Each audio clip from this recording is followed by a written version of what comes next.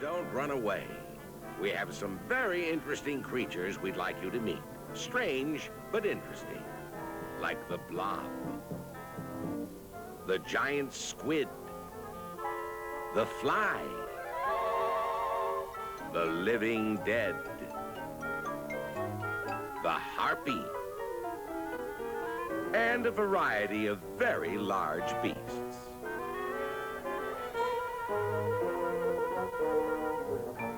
We have monsters from mythology, monsters from the depths of the ocean, monsters from outer space, and monsters you couldn't imagine even in your worst dreams. Now, I don't know what it is or where it came from. Well, we don't know what it is or where it came from either. But stay with us, and we'll try to find out.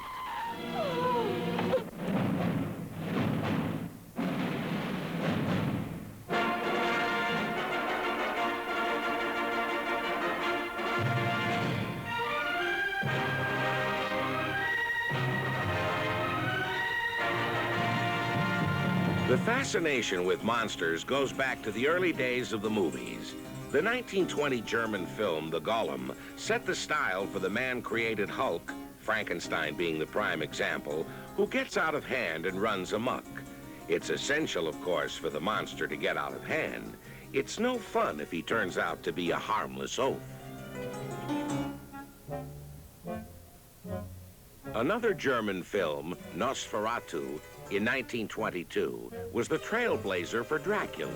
This gothic classic about ghouls who live on human blood still casts a chilling spell.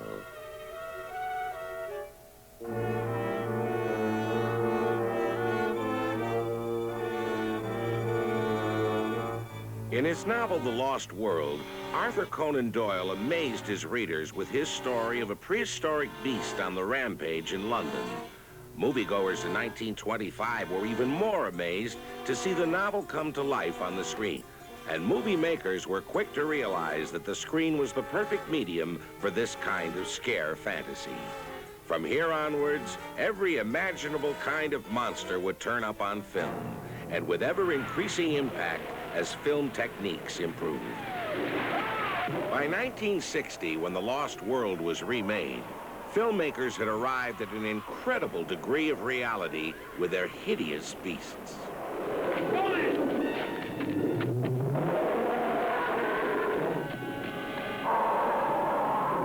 Eaten alive.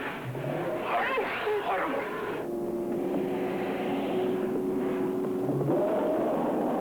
The French genius of science fiction, Jules Verne, proved to be a goldmine for film producers. His stories, like Journey to the Center of the Earth, challenged Hollywood's talents. Here, the beasts are actual lizards, with makeup and photographed with special lenses to make them seem huge and horrible.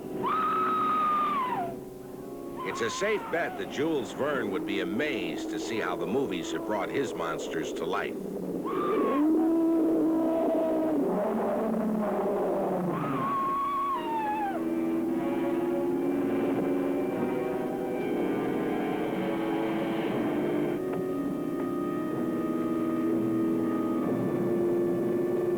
It can safely be assumed that 2 million years ago, this Brontosaurus and other ancient reptiles roamed the earth.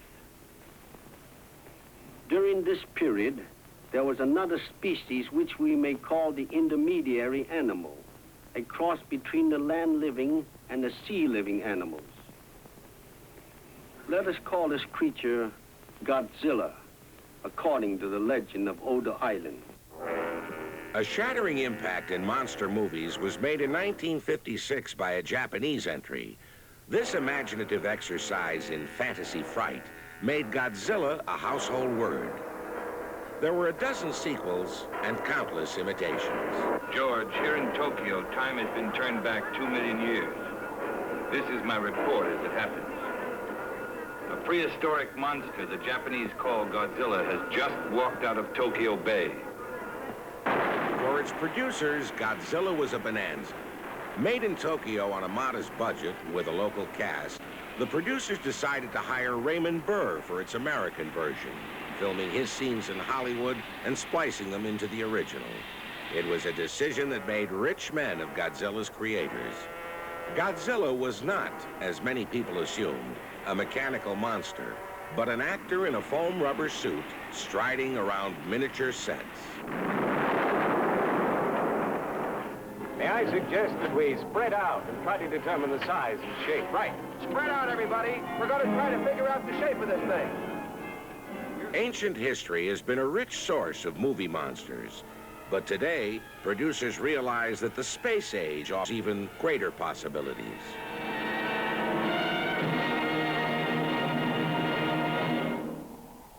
Holy cats.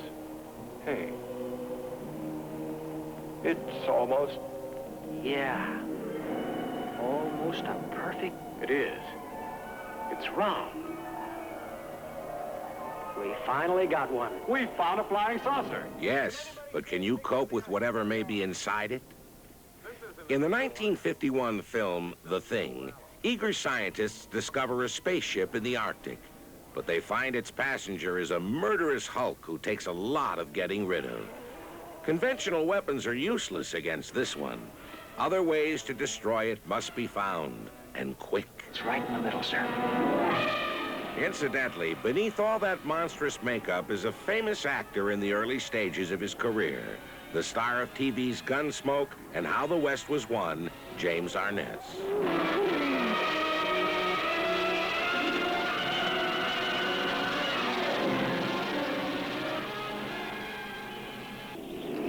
What is it? Species appears to be Camponotus fichinus. One of the family Formicidae. An ant. An ant? Yes, a fantastic mutation. Probably caused by lingering radiation from the first atomic bomb. These gorgeous but lethal clouds don't inspire much confidence, except perhaps to movie producers, who can conveniently blame the atomic age for the appearance of anything bigger than a bread box, such as crabs grown to the size of elephants, tarantulas bigger than houses, a man, his hormones way out of balance, and ants grown to terrifying proportions. And every last monstrous creation keeps movie audiences coming back for more.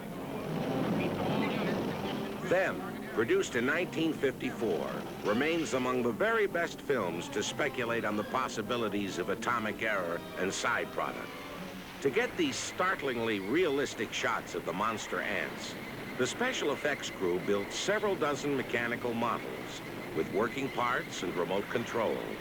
If you think they're frightening to look at, imagine acting with them. Stop the firing! Ceasefire! No more explosives!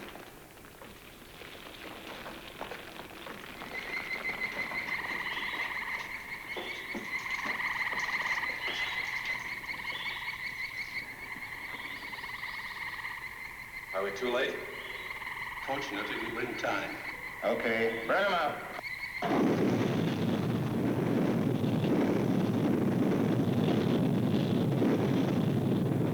Pat, if these monsters got started as a result of the first atomic bomb in 1945, what about all the others that have been exploded since then? I don't know. Nobody knows, Robert. When man entered the atomic age, he opened a door into a new world.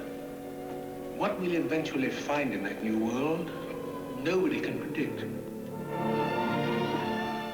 Dr. Brennan, I know what I am. What I become. Help me, doctor, please! Alfred, I beg you. It's too late to bring the dead back to life. But at least you can help him. Help correct a terrible mistake. Mistake? You dare call a scientific triumph a mistake? Yes, Doctor, we do. You should have known that when you invent a potion that changes a teenager into a werewolf, it can only lead to problems. And you're about to face a big one. Tony! Roger! Tony! That teenage werewolf, by the way, is Michael Landon, long before he struck his bonanza or built his little house on the prairie.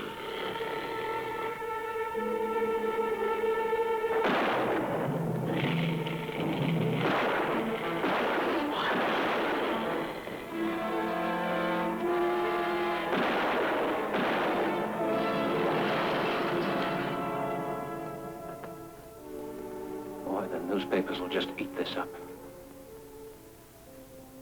Yeah. But after they've had their field day, one thing will be clear. It's not for man to interfere in the ways of God. Hurry, darling. It will work.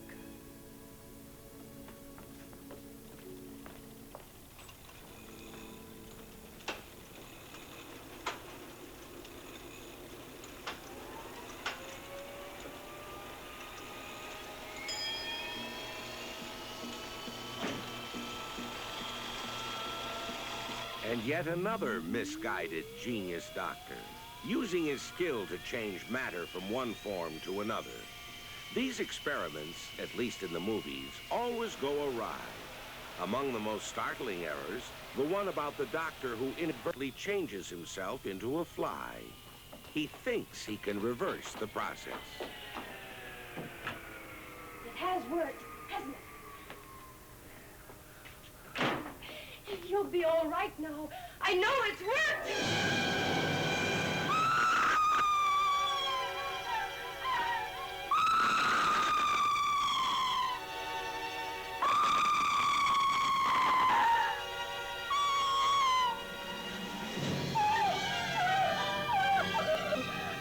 No! So much for monsters created by mistake. Take a look now at some monsters created with great skill and patience by just one man. The dinosaur in 1 million BC. The double-headed rock in the 7th voyage of Sinbad. This thing from the depths. And the harpies in Jason and the Argonauts.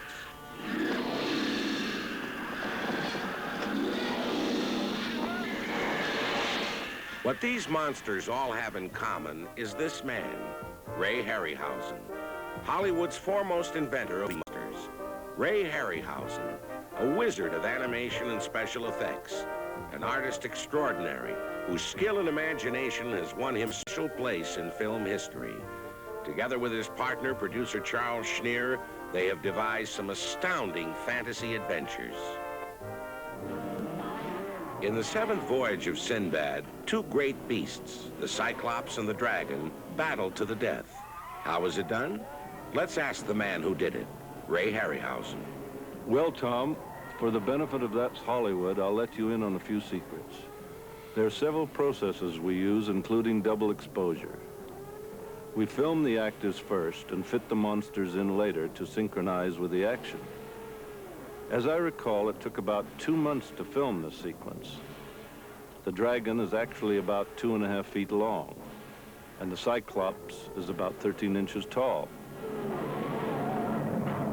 In Jason and the Argonauts, a classic fantasy film based on Greek mythology, the hero comes across this fantastic creature, Hydra, the multi-headed serpent, surely one of the most complicated sequences to film. This took almost 3 months to film.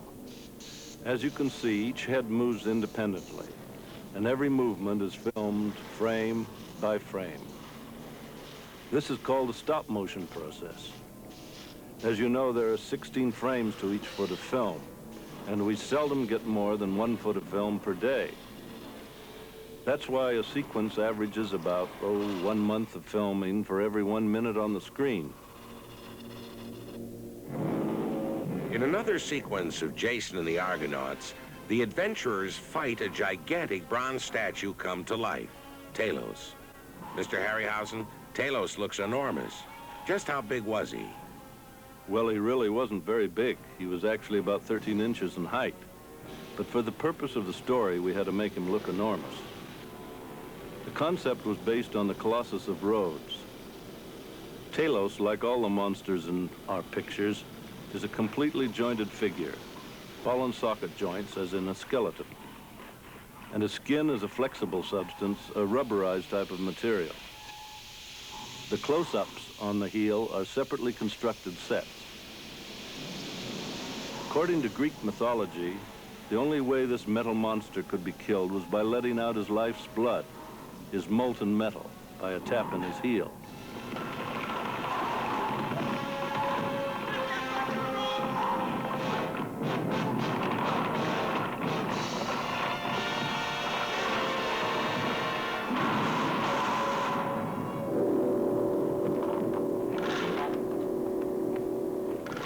Also in Jason and the Argonauts, one of the most incredible confrontations ever put on the screen, the battle with the skeletons.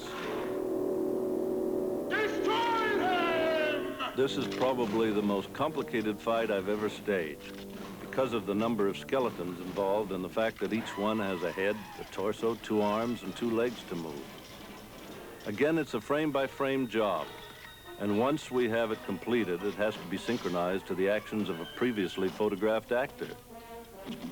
It's a little confusing for the actors sometimes as they have to perform against invisible opponents, like shadowboxing. And I imagine they are rather amazed to see the end product.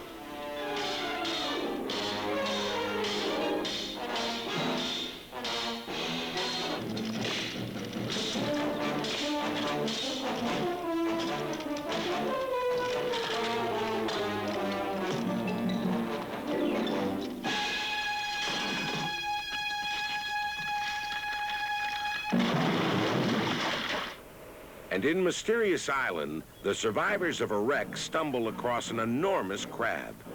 Ray Harryhausen, that's a mighty convincing-looking crab. Well, Tom, I'll have to make a confession. That's a real crab, but a dead one. There are some things in nature you just can't do better than nature herself.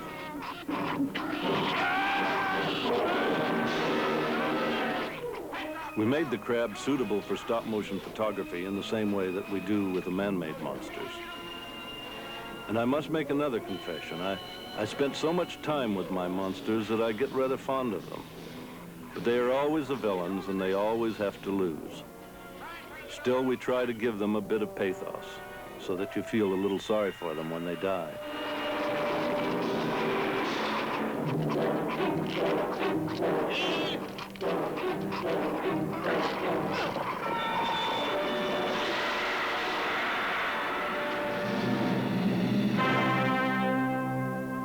For the past 60 years, Hollywood's masters of special effects have recreated every imaginable disaster. In Dante's Inferno, the special effects men take us a step further by creating man's ultimate vision of disaster, hell itself.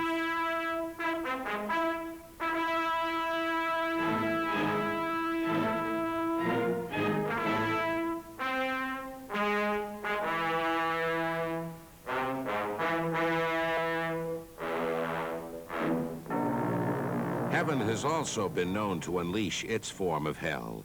No one knows that better than a man named Noah, played by John Huston.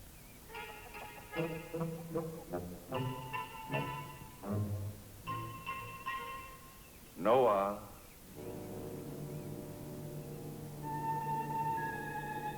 Hearken now to my voice and take heed. The earth is filled with violence through them. And behold, I will bring a flood of waters upon the earth to destroy all flesh, and everything that is in the earth shall die. For the first time in thousands of years, an ark was built of gopher wood, and once again over 400 animal species were gathered together in pairs. There was only one difference. The biblical flood lasted 40 days and 40 nights. But to eliminate overtime, Hollywood's flood was filmed in 3 miraculous days. The Lord hath taken hold of the ends of the earth and shaketh it.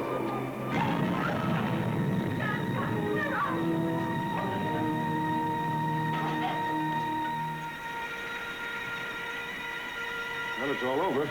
Nothing to worry about. In 1939, or 5,700 years after the Big Flood, Hollywood special effects men chose to ignore God's covenant with Noah and once again brought a raging flood upon the back lot. This time it was for The Rains Came.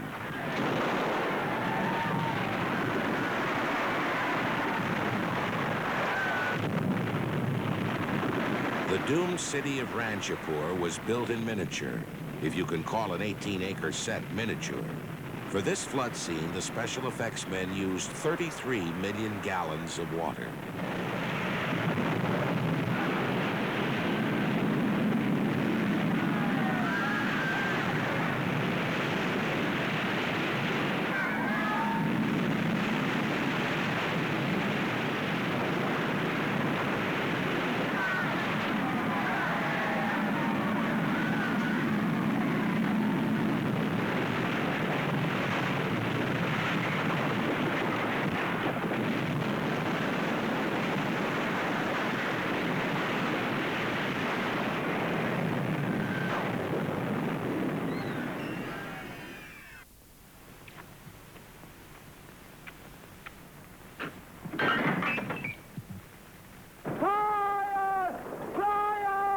Ever since the O'Leary's cows started the Chicago blaze in old Chicago, Hollywood's fascination with fire has never stopped.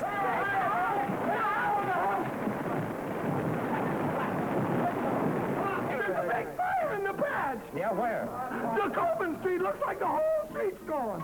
Moving mighty fast in this wind, leaping ahead blocks at a time. Have you any suggestions, General Sheriff? Blow up that entire section along Randolph Street. Fight this fire with dynamite, but fight it! I authorize you to do everything possible to stop this fire. Fire presented the special effects men with a unique problem. How do you show a city burning without actually burning it? Their solution was to honeycomb the sets with special gas pipes, which, when ignited, gave the effect of a whole building being engulfed by flames without destroying it.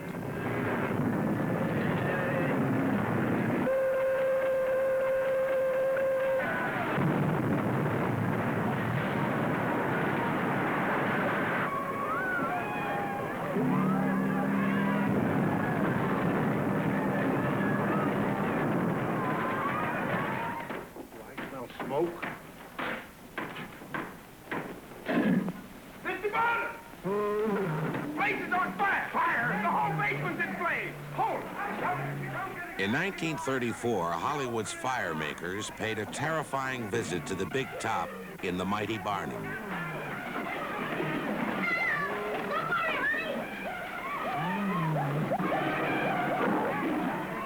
Controlling wild animals on a burning set is an almost impossible task. But miraculously, none of the animals or their trainers was hurt filming these scenes.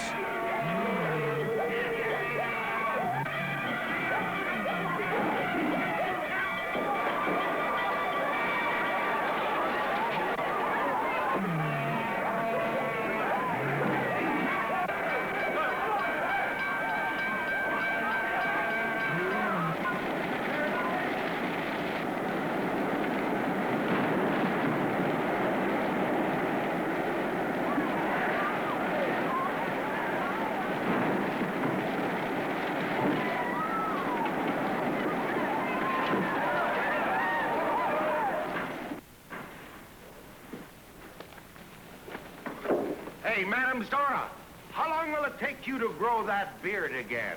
About 3 months, Barnum, if I use tonic.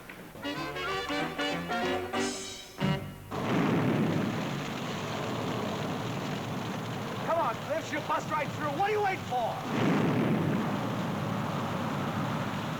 Come on, let's go! Wait till the backdraft builds up. She'll bust right through, Cliff. I said wait.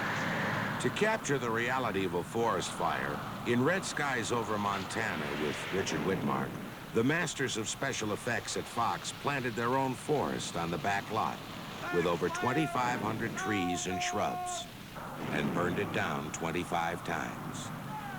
There are no visual gimmicks in these scenes. The actors actually worked very close to the flames.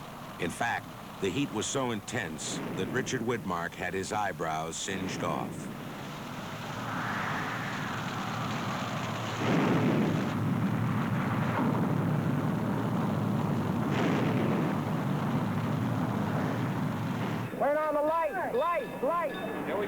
But the most sensational movie fire was yet to come.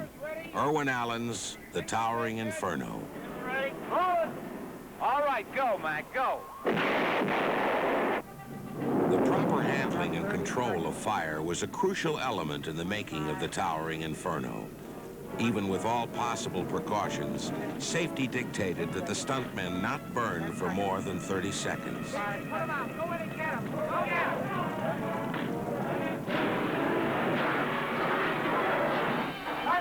That's the one. Oh, my God. Get them all in position. Let them start tying themselves down. Thank you. They'll hold them tied down. If anything happens to me, Allie gets my pickup truck. The climactic scene of the picture calls for water tanks to explode and flood the burning building. Producer Irwin Allen, who also directed all of the action sequences, readies the cast and crew for this potentially dangerous scene. All right, now I have your attention, please. We will start off by lighting the pilot, bringing up the fire, putting in the smoke. We will then roll the cameras. After we roll the cameras, I will call for water. I will call action.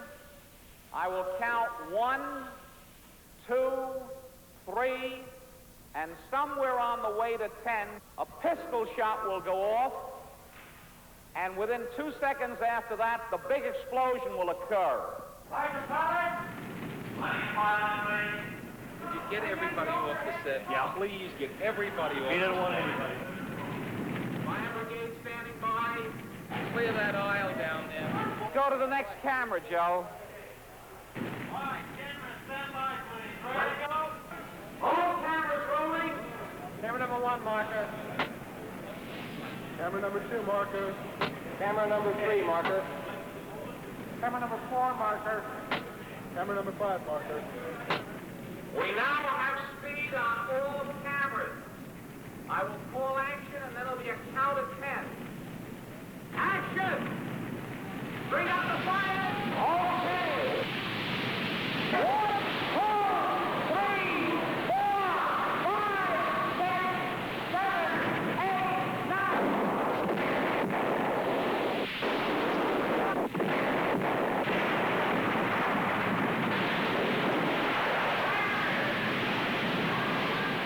You are looking at almost 1 million gallons of water rushing by 5 cameras. In the words of stunt coordinator Paul Stader, in most films, if something goes wrong, a stuntman could get hurt. In The Towering Inferno, if something had gone wrong, a stuntman could have been killed.